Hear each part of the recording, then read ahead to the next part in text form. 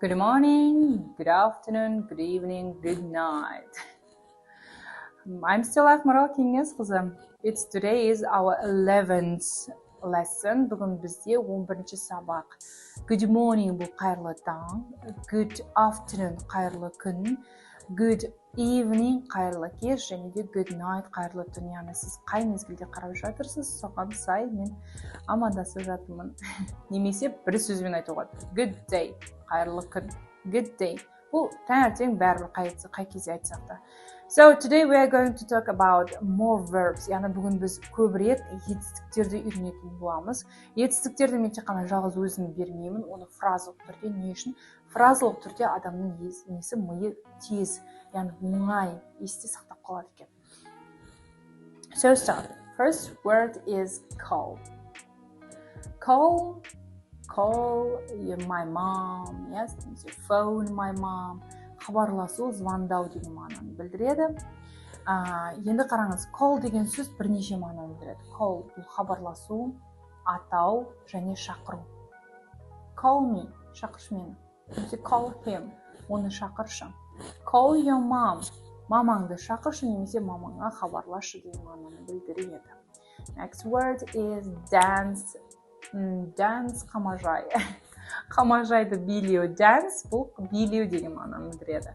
Next word is draw a picture. Draw бұл сурет салу деген мағынаны білдіреді, бірақ та немен? Карандашпен, түрлі түсті карандашпен. Бұны егер сіз немен гуашпен, акварельмен, краскмен айтатын болсақ, онда біз айтамыз paint a picture. Paint a picture бұл сурет салу, сонымен қатар бояу деген мағынасы бар, және де сырлау, краскілеу деген мағынаны білдіреді.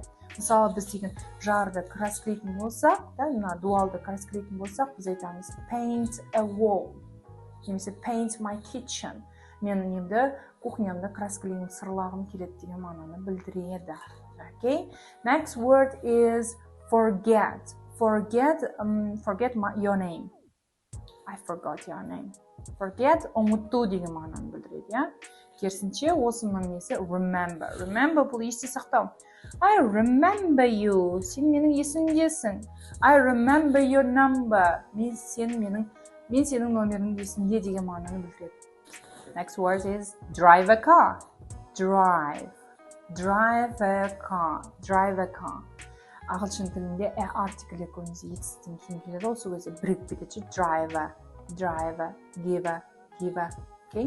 Drive a car, машинаны айдау, көлікті айдау деген мағынаны білдіреді.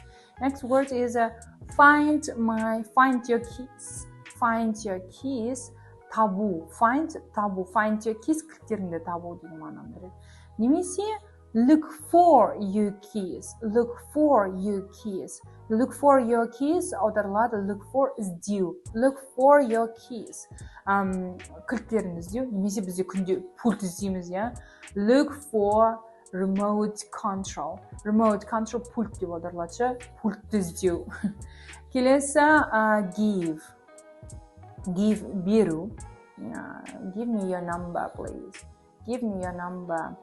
Телефон номерін беру. Негізі үйтіп give me деп біз қазақ тілінде айта береміз ғой, ағылшын тілінде кішкене дөрекі болады, okay?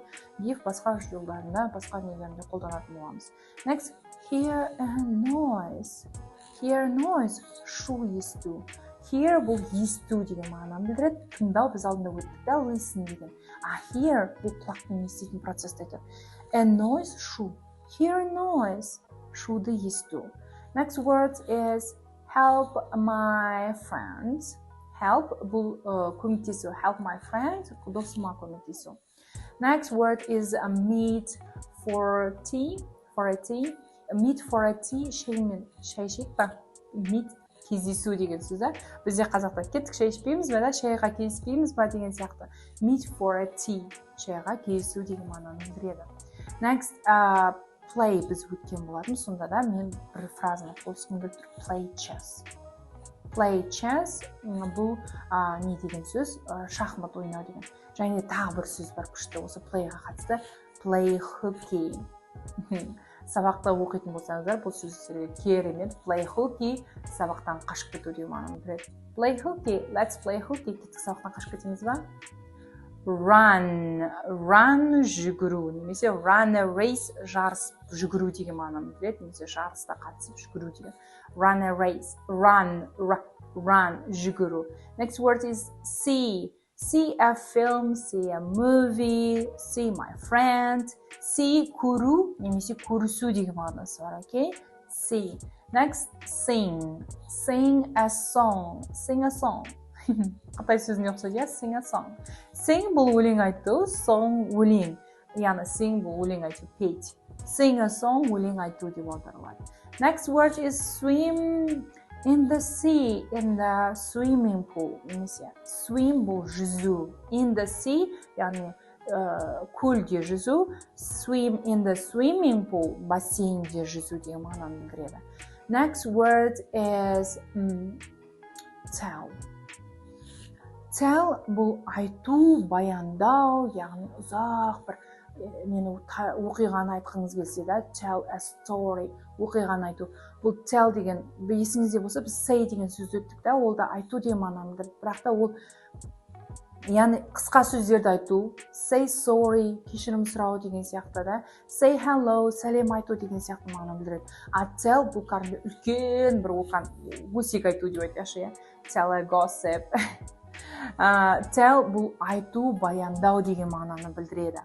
Келесі сөз бұл use a computer, компьютерді пайдалану. Use бұл қолдану, пайдалану деген мағынаны білдіреді. Next word is wait for. Wait for me, honey. Wait for күту. Wait for me, мені күтші. Немесе wait for a taxi, таксиді күту. Wait for a bus, автобусты күту деген мағынаны білдіреді. Wait for, егерде одан кейін бір какой-то затты немесе адамды күтетін болсақ, онда wait for болады. Егерде 1 минут күтші, wait a minute. Секунд күтші, wait a second болады, окей? Керемет сөздер, мұнан сөздердің бәрі, етістік сөздердің бәрін біз күнделікті қолданамыз, yes? We use it every day, every daily routine. It's our daily routine. So don't forget them and remember in the practice. Practice in the practice. Күнде практика жасайтын боламыз, күнде қолдануға тырысамыз. Ағылшын тілін өзіміздің өмірімізге енгізіп кіргізетін боламыз, okay? See ya!